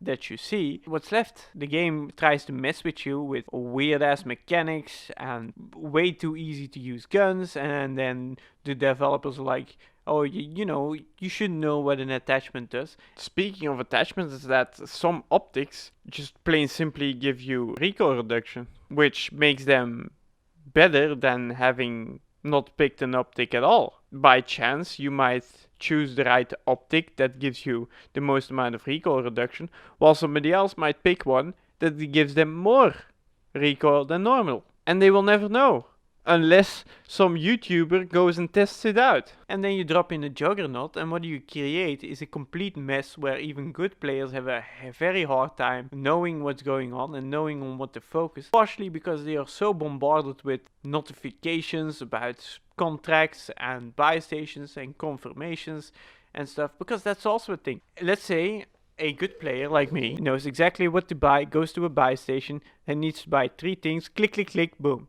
And he's out. But if he has to buy something, confirm that, buy something, confirm that, buy something, confirm that, yeah, if I'm meanwhile an enemy player from my own skill level is coming, I'm gonna have a brutal time getting both my items from the buy station because they're all usually in a very compromised position, and at the same time having to fight that. While in the meanwhile, if I simply had to buy those 3 things in a row, that would have been a way easier battle. Because that's another thing. Think about it. Almost every buy station is in a very compromising position. Okay, dude. There are a few that are a little bit better than others, but when you think about the one, for example, at Superstore or the one at Airport, those 2 in particularly, or at the one at TV station, all those are completely in the open. You, as an experienced player, are fighting in a lobby full of people that are very competent at the game and know what they're doing. You go into one of those open positions to buy something, and then you have to confirm every purchase you make. By doing that, the game designs you to be at the buy station for as long as possible, no matter how good you are. By having to confirm everything, you at least stay twice as long as you would otherwise. The game forces you to stay twice as long as you actually need in a very compromised position in a lobby full of players that are quite competent to take you out when you are caught in an open position. Add some beam weapons that can instantly spray you down in less than half a second, and add snipers that can shoot you down from 300 meters away without any bullet drop or bullet lead, and that having to stay twice as long at the buy station is looking a whole lot worse at it.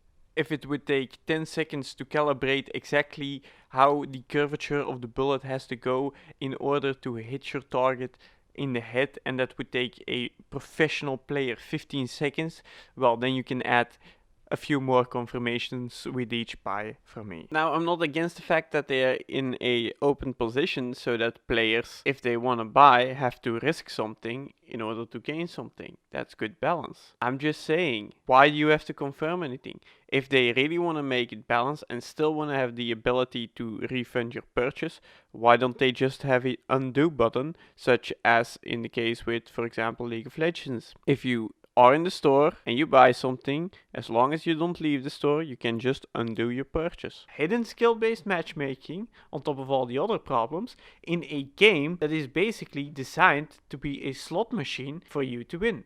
You don't win necessarily based on merit, you win based on how did you get lucky enough with the circle at the end, did you get lucky enough with everything else. There's definitely skill involved in decision making and things like that. Otherwise I wouldn't have made such big videos. There is just too much RNG and chaos going on. Let's say we hold a tournament with all the best players in the world that have a chance to compete in the Warzone map. Train weeks and months to get the best strategies and to get the best loadouts and to have the upper hand, and then all of a sudden it's very into the mid game where a lot of teams are still alive and a lot of teams died, and all of a sudden a juggernaut crate just drops and one team gets it, they swoop in and kill half the other teams that are left and then win the game.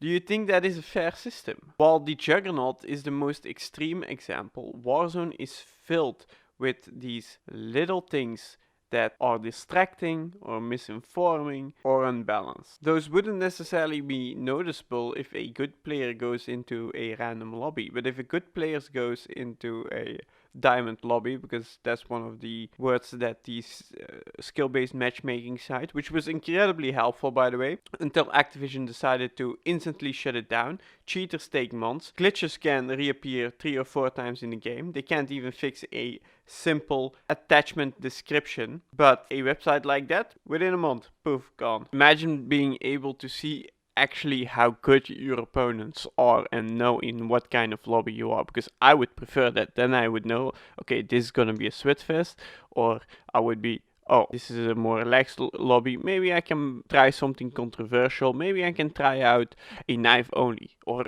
riot shield gameplay. You can say whatever you want about it, but the connection part and the splitting of groups of friends basically, because in each group of friends you have good guys, you have bad guys, you have average guys. Either way it's gonna go, the only players that have an advantage or are gonna have somewhat of a good time are the good players. Everybody else is gonna have simple games. And then of course comes the worst of the worst. If I play with the sweaty squad that are all good players, they average easily about 1.8 KD. The game consistently tries to force us in a direction by giving us pop-up notification after pop-up notification saying, hey, there's a most wanted nearby, go focus on that fresh pound instead of that enemy squad that is approaching. Because in the end, that's what these pop-up notifications do. Even for good players, they will notice when they look on the minimap that there's an enemy squad approaching and that there's an enemy most wanted. But if they get a pop-up notification in their face, they're gonna most likely look at that first. Then of course you have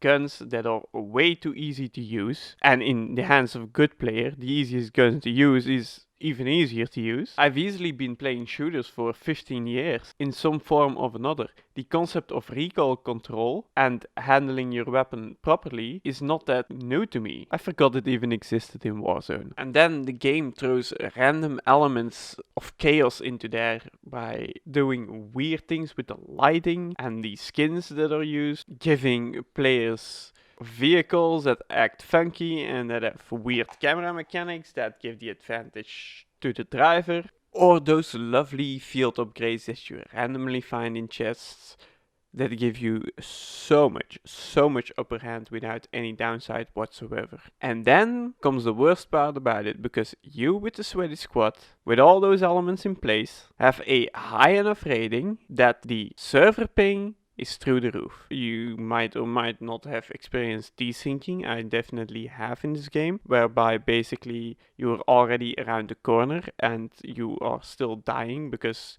the server thinks you are still visible to the enemy. Combine all those elements with a shitty server connection. It isn't a skill-based matchmaking, it's a performance-based matchmaking. And your performance is not based on how much skill you have or how much knowledge you necessarily have of the game. You can just copy loadouts from YouTube, as it's not that the meta allows for much variety or creativity in your loadout.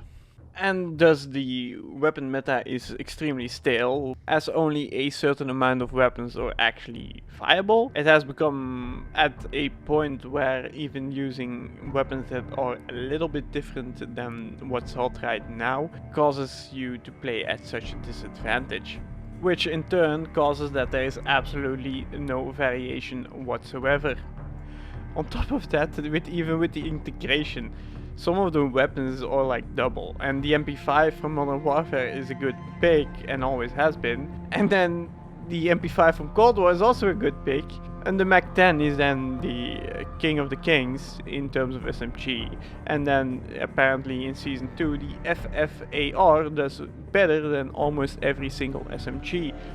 And the variety that there thus is are guns that are basically the same thing. The Renetti, the Diamatti. There are just like a few guns that are absolutely viable, and everything else, nobody's gonna use them, except for the odd fellow here and there. If you can't beat them, then join them. That's the whole idea with this meta. As with most guns, even with the DMR for example, it's always incredibly fun when you're killing 4 people with that weapon, but it's extremely frustrating when that happens to you. One particular game that stands out to me was where we were doing pretty good and we were getting to the end, and then at the end I got owned by my very favorite weapon. And that one is where I'm like, well played dude, well played to the enemy. And that is not something I have often in this game, or even see often in this game. Oh my. Hello? Oh my god! Strasbourg? Yeah. Combine all those elements with a shitty server connection. It isn't a skill-based matchmaking, it's a performance-based matchmaking. And your performance is not based on how much skill you have or how much knowledge you necessarily have of the game. You can just copy loadouts from YouTube, get into a high ping lobby and just pray to God that all the chips land in your favor. That will cause you to win. Because if you manage to go through all of that and still manage to actually get a lot of kills and to get to the end zone, and it's one team versus one team of equal skill, of equal resources left, then I sincerely hope you win the coin flip in order to win the game, because otherwise you enjoy second place. It's not gonna give you the best server possible, the game is gonna give you the best lobby possible. And there's a big difference in that. What separates the bad players from the good and the good from the great isn't necessarily the things they do differently, it's do the same, but in a much faster pace. A pro player will make so much faster decisions, yet they are the ones getting the worst servers. If you get servers from a 100 ping in mainland Europe, what the hell is wrong? And in terms of Cold War, apparently it recently has been discovered that this actually has to do with skill-based matchmaking. The higher the skill, the higher the ping. The worst thing about it is it's a hidden system. It is disguised as casual play, while in actuality it's more of a form of ranked play. At least give me a fancy badge to tell me that I'm a diamond player, or to tell me that I'm a good player, so I can brag about and have at least some form of social status. That gives my existence some more meaning. A simple casual playlist and a ranked playlist that shows how good you actually are would make all of the misery that came before just a little bit better to tolerate.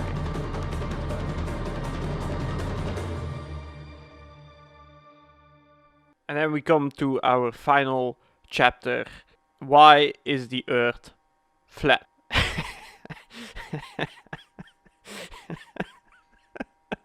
I'm just kidding. We're not going to talk about why the Earth is flat or anything like that. We are going to talk about the hidden decisions and the algorithm behind Warzone or Call of Duty in particular. I have no way of proving it, and even if I did, proving it would mean that I committed a felony in the United States, as that's where Activision is located. I have a pretty good understanding of the human mind. I have a little bit of understanding about algorithms and how they work and how those two interconnect. A conspiracy, by its dictionary definition, is the action of plotting or conspiring a secret plan by a group to do something unlawful or harmful. And that's the key here. Or harmful. We just talked about a whole section about skill-based matchmaking in this game, and that's under the assumption that it actually is a skill-based matchmaking or performance-based matchmaking. One thing that is getting a lot of traction is something called engagement optimized matchmaking, and that simply means that the matchmaking in question is optimized so that the player is engaged for the longest amount of time. That means, simply put, if they win 3 times in a row or lose 3 times in a row, they are more likely to quit than if they were to win, lose, according to that pattern. Having only highs or only having lows gets boring very fast. However, going on an emotional roller coaster, now that's pretty exciting. I'm not gonna say that Activision does all these things. The paper in question is also for Apex Legends, so we use that as an example. But I would find it more surprising if they didn't do these. We know Activision is a big ass company. They clearly don't give a shit too much about other human beings, if that hurts their bottom line. They had a record amount of profits and they still decided to lay off 800 people or something. That means they're gonna prioritize money. That's been pretty clear. And as I'm wrapping up the video, what do we discover? That Activision laid off another 190 employees. And guess what? The CEO got a $200 million payout! The same example that I already gave with Bruin is one of those dirty tricks. The games are not the product. The Activision stock is the product. So the question becomes, is Activision manipulating their quote-unquote skill-based matchmaking in order to maximize their profits? And you might be saying that I'm just wearing a tinfoil hat and pulling out of my ass. There are multiple patents that try to influence user behavior, aka you, to get your bling bling. And all these companies are gonna say, well, we don't use it. We don't use these manipulative algorithms in order to influence the player's psychology. Now, of course, they're not gonna say that, because that would mean they're actually engaging in manipulation, in the same manner that EA won't admit that they are pushing children to gambling mechanics. No, they just call it surprise mechanics. Consider loot boxes to be an ethical feature of your games. Kerry? Well, first, we don't call them loot boxes. I think that was whatever term you wish to apply to them, do you consider them ethical? So what we look at as surprise mechanics. Why would they admit that? I'm pretty sure that the governments are not gonna like that when the consumer market is being ripped off, because they are basically being brainwashed into thinking they are playing a super normal game, while in actuality they're just simply put in a predetermined Skinner box, all the while you still believe that you are in control. Oh yeah. There is also no way of proving it, because proving it would mean that you basically stole proprietary technology of the companies in question. EA does some absolute horrendous behavior that in no way, shape or form should be legal. If the Russians were corrupting the youth of the Western world as much as EA does it... Remember, no Russian. So that will be the next Call of Duty campaign that you can play. As long as it's our companies corrupting our youth, it doesn't matter that much. The government doesn't mind then. Now in this case, it's not that Activision or another video game company is working together with the government. The government is probably technologically 20 years behind the modern day companies. That's why you can get away with pretty much anything as long as it flies a little bit under the radar. Because the government is just too stupid to know. And things are changing inside the government, especially like in the United States, for example. If you look at most senators, they're pretty damn old, way before computers were a thing. And if you were to ask them something about encryption or privacy protection or blockchain technology, I'm pretty sure they're not gonna be able to give you very satisfying answers. There are simply very little laws that are adapted to a modern virtual world. The copyright system here on YouTube is busted, but YouTube has to comply with a law that was made before the age of the internet. That's why these companies get a free get out of jail card, because the government simply doesn't know what they're doing. Who checks the skill-based matchmaking algorithm of Activision? Only Activision. And when a corporation is saying they're not gonna abuse their power, you could fucking bet all your life savings on that they will abuse their power. 4 years ago or something, in 2017, a patent was granted to Activision for a new matchmaking system. The simple gist of the patent was that you take a good player that has a certain skin and you show that to a bad player or a newer player that wants to be or have the same playstyle as that good player, in order to make them think, I want to be like that good player, so I might want to buy the same skin. And in order to put those two together, you need a matchmaking system. Psychologically speaking, it's a pretty genius system because you keep both parties, theoretically speaking, happy. First of all, the newer player might be impressed and might be like, oh, fuck it, I'm gonna buy it, which in turn makes you money. Then you would be happy. Here is the genius of the situation. The ones who bought the microtransaction, they get put in simpler lobbies, aka easier lobbies, which makes them feel even better about their own purchase. There is a sentiment going around that content creators have easier lobbies than us regular folk. They would get the quote-unquote preferential treatment from Activision because they are influencers. But what content creators often do, especially those who make a living out of playing that game, they buy a whole bunch of skins a whole lot of time. And one of the reasons is, if they did their business plan a little bit right, they can use the revenue of their company and buy skins tax free. They can use it as a tax write-off because it's quote unquote necessary for the business. Combine that a little bit with stream snipers, for example, and their lobbies all of a sudden get a whole lot easier thanks to the algorithm and thanks to the influx of players trying to get into their lobby. And call me what you want for being a conspiracy theorist, but Activision literally owns patent to what I've just explained. And there's no way of us knowing. What theoretically could have happened is that, for example, we use that skill-based matchmaking site and we tested it out. What happens if we just spend money, and how are our lobbies compared to otherwise? It's pretty hard since Activision forced everybody to use their privacy settings. This could have been tested if that was the case. That would also explain why they're so extremely silent about the whole topic. Content creators spend the most amount of money by far, other than Wales for example, on the game. That would explain so much why they have an easier time. So the next time you want to go on your Twitch rival tournament or any of those tournaments with public lobbies, just buy a bunch of skins beforehand. For all we know, the algorithm could just be like, oh, he's doing too well, bam, we're gonna kill his connection off. That is a patent that EA has, which is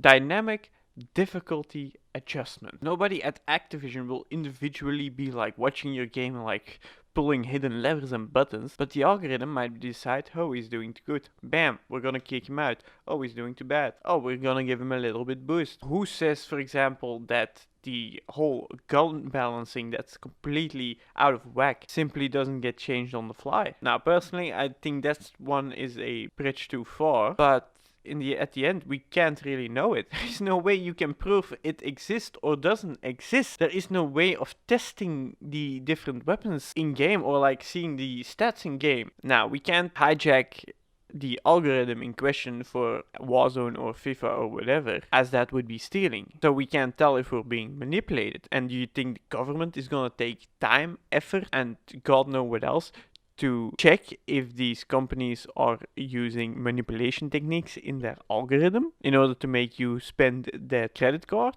Of course they won't. Of course they won't.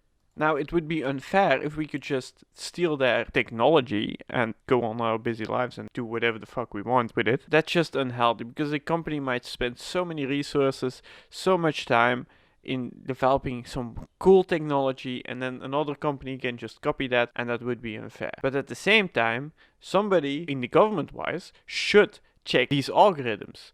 And this is not necessarily only applicable to Warzone in question, but the whole of the tech industry, since there's more than once been in discussion whether algorithms favor one side or the other. The same way that, for the example, I think in the United States is the FDA that, quality controls the medication that goes on the market. That basically every single country has food standards. If the government just said to those food companies, yeah, you guys can do whatever you want, just make sure it's safe, okay? Okay? And never send a health inspector over. Do you think that they would worry about having the best of the best product? I'm pretty sure some chefs definitely would, and that some companies definitely would. You're not gonna tell me that all corporations are that good, man. I don't care which industry they are in. A corporation by its very nature will put profits above anything else. That is the default. Do you think that GameSpot, for example, during the BLM movement, that said like, as a form of protest, we are gonna not post anything on our Twitter for 7 minutes?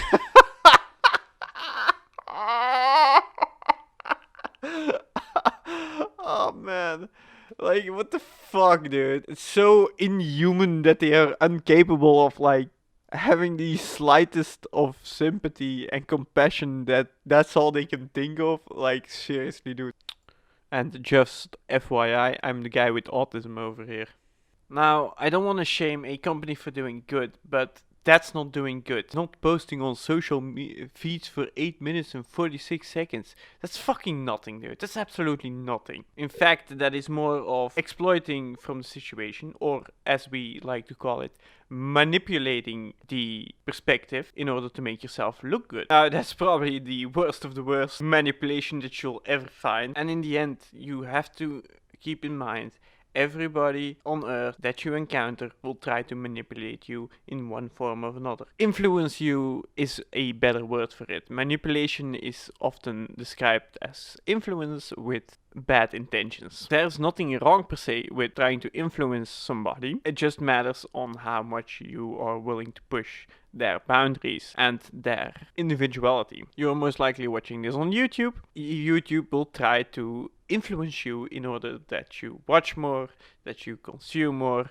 that you hopefully watch more ads. Most social media platforms do this. Thank you for watching it this far in the video. It really helps on my personal side of the algorithm. A magician show or a movie influence you in one way or another. A scam is often something that's super hyped up, super sold as this perfect thing, and then you open it up or you do something and what happens? There's nothing there. The same way that fast food companies, for example, in their advertisements make their meals look absolutely amazing and absolutely delicious, and then you go to their local fast food restaurant and it looks a little bit different than it was in the advertisement, because of course they're trying to sell it a little bit better in the advertisement. The hamburger in the advertisement has had a lot more attention to detail and work put in it, let alone post-processing effects in video editing, than your regular hamburger has. But all in all, you asked for a hamburger with whatever is in it, and you got it. You can say the hamburger joint is manipulating you a little bit. They're definitely trying to influence you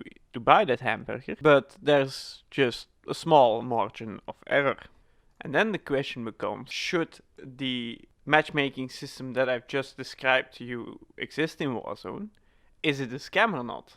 You get sold a fun, competitive shooter, while in actuality you land in a dinner box that looks like a shooter. The reason that I know that such a system is plausible, and possibly even probable, is if I were given a blank slate and I have to use a video game in order to manipulate a bunch of people in order or to entice them to spend more money than they otherwise would, while the government is not gonna look towards my general direction, I would probably do what has been described to you a couple of minutes ago. And then you create a whole bunch of variables so that you can measure every single metric and can optimize exactly what makes people spend more money and what does. One of the properties that Activision owns is Candy Crush from developer King. I would assume that they have a little bit of knowledge and data in how to use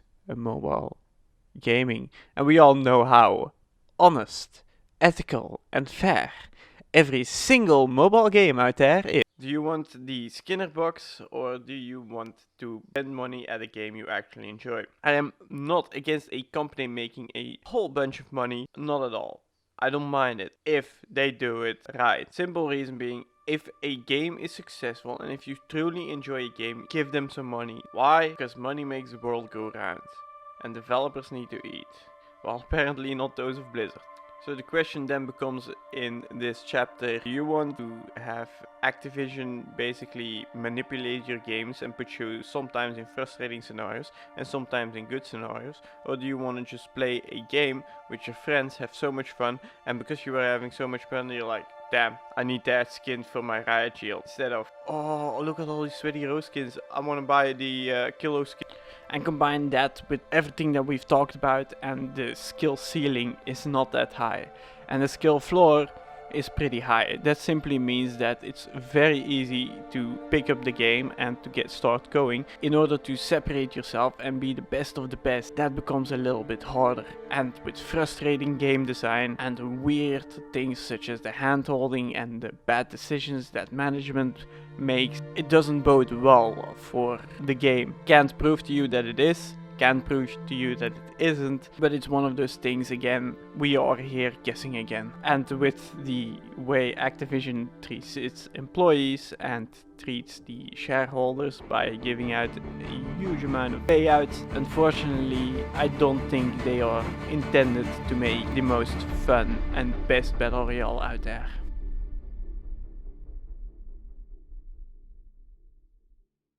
Nobody can predict the future, nor will I claim that I will be to do so. However, I can pretty safely say that unless Warzone gets a pretty big overhaul, not a lot of things are gonna change. That is not to say that I wish them the worst of the worst. No, I want them to succeed, I want them to be good, I want to enjoy Warzone, which unfortunately is no longer necessarily the case. And while the cinematic trailer for the new season is hyped up again, I don't necessarily have a good feeling about what the future holds. The Cold War integration with Warzone happened on 16 December of 2020. The attachments fix was there when the new season dropped at February the 25th. It took more than 2 months. 2 months to fix a simple attachments description for the guns. That doesn't leave me very hopeful for the future. And we are doing some research. And what do we discover? That despite the patch fixing the attachment bugs, there's a new set of attachments that is bugged. However, in Season 2, and after I've done more testing here, it turns out this is extremely inconsistent, and in some cases, yes, it's still your best bet to go with that 6 magazine attachment, but in other cases, it's actually going to be significantly harming your aim down sight time, to the point where it's going to start impacting your gunfights quite noticeably. Apparently, now, it is not necessarily the grip, but it is the magazine size. I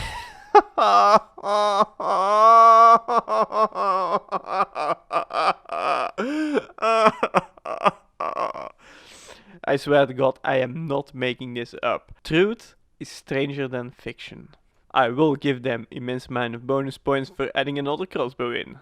That was quite a lot to address and to talk about, and despite all its issues and all its problems, it doesn't mean that the game can't be fun. I definitely had some fun moments in there. My problem was just once that I started to dive deeper and started to realize that basically I was in a Skinner box that had little to do with what I had in my control and more of what happened outside of my control, that things started to fall apart. And you will always have some form of randomness in any game you play. It might be that somebody planted a bouncing Betty on the most ridiculous spot that you ever seen. Help, help, help! In down, in down! And that you decided to play completely safe that game in order to go for the win. And that you got hit by the bouncing Betty and that you died. That's a possibility. And there's a difference between the game forcing you to do things and having bad luck. I'll give you a perfect example of me having an extremely bad luck.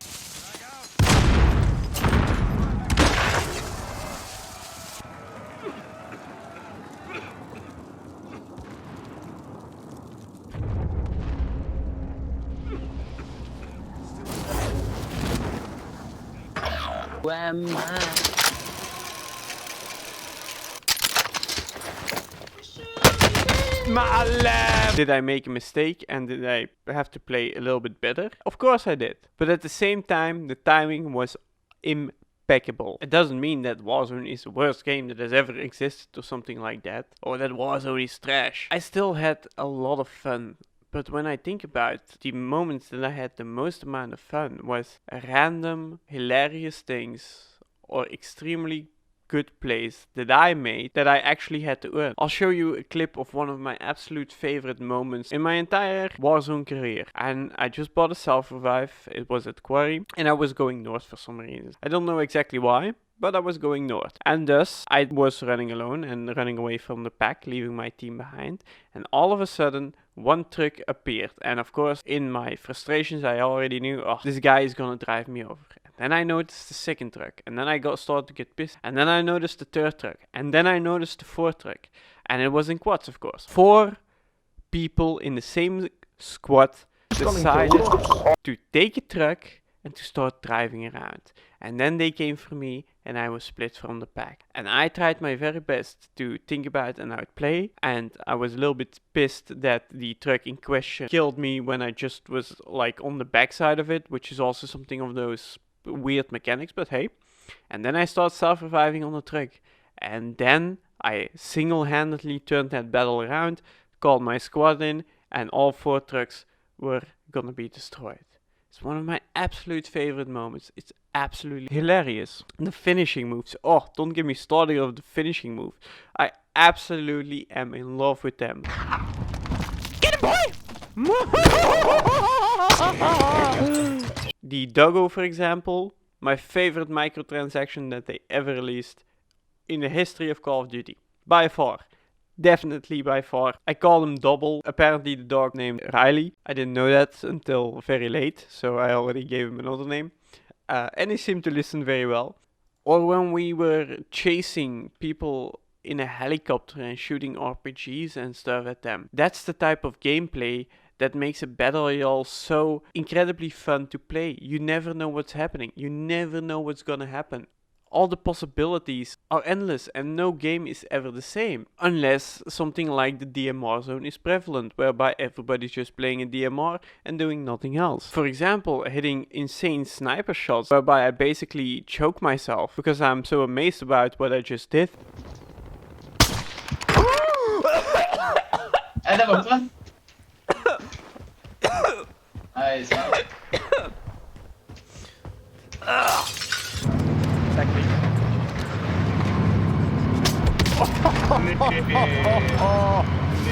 Yeah, boy. When they added the limited time mode with the zombies, except for the mini royale mode that replaced Resurgence on Rebirth Island, I think it was. I don't know why they did it. It was a terrible decision. The zombies, for example, I really remember that one well, where me and my buddy were just shredding and killing left and right and getting so many kills and getting so much money. And then we ended up in the middle of darkness in the airstrip and we just were fighting hordes and hordes and hordes and spamming cluster strikes left and right in order to get rid of as much players as we can. And then in the end the horde was getting too much. But that's one of the beautiful things. We knew it was too hard for us to win. We knew it was just too much in that instance, but we enjoyed ourselves anyway, and since we lost. And it's not necessarily that I am personally against sweaty modes or some kind of ranked mode. There's a time and place for everything. One of my favorite moments, my absolutely favorite moments, was a custom tournament that we organized when you could create private Warzone matches or something, I don't know exactly. And we got a massive group of, I think it was 50 people together, and it was a little bit of with different rule set. It was so nice to a lot of enemies I actually knew. So it was hilarious to see everybody going full tryhard mode and trying to kill each other, and especially, oh man, when you get in the gulag with somebody you know, then it's some beef that's going on. And you probably even hear it in my voice, just the sheer amount of joy that memory brings. That is what I so love about the gaming in general. The adventures we go upon together, and sometimes it's also against each other. And that's what makes them fun. And that's when sweaty modes, believe it or not, everybody's gonna love it.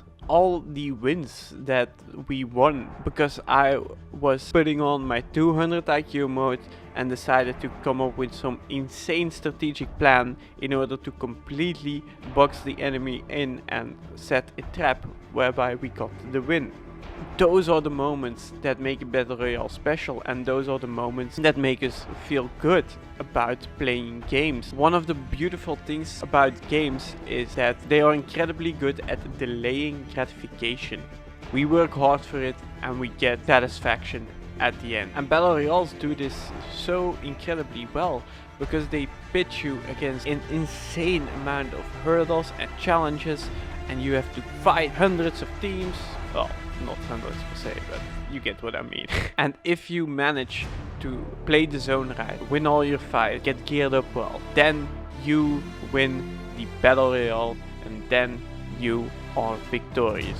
You beat out a lobby with your squad by playing well. That's what makes a Battle Royale so addicting. Thank you for being able to sit through this extremely long video about everything that's wrong with Warzone and what it entails. If you think I missed something or I have something to add on your own, please let me know in the comments down below. And my name is Whelsko, and I will see you in the next one.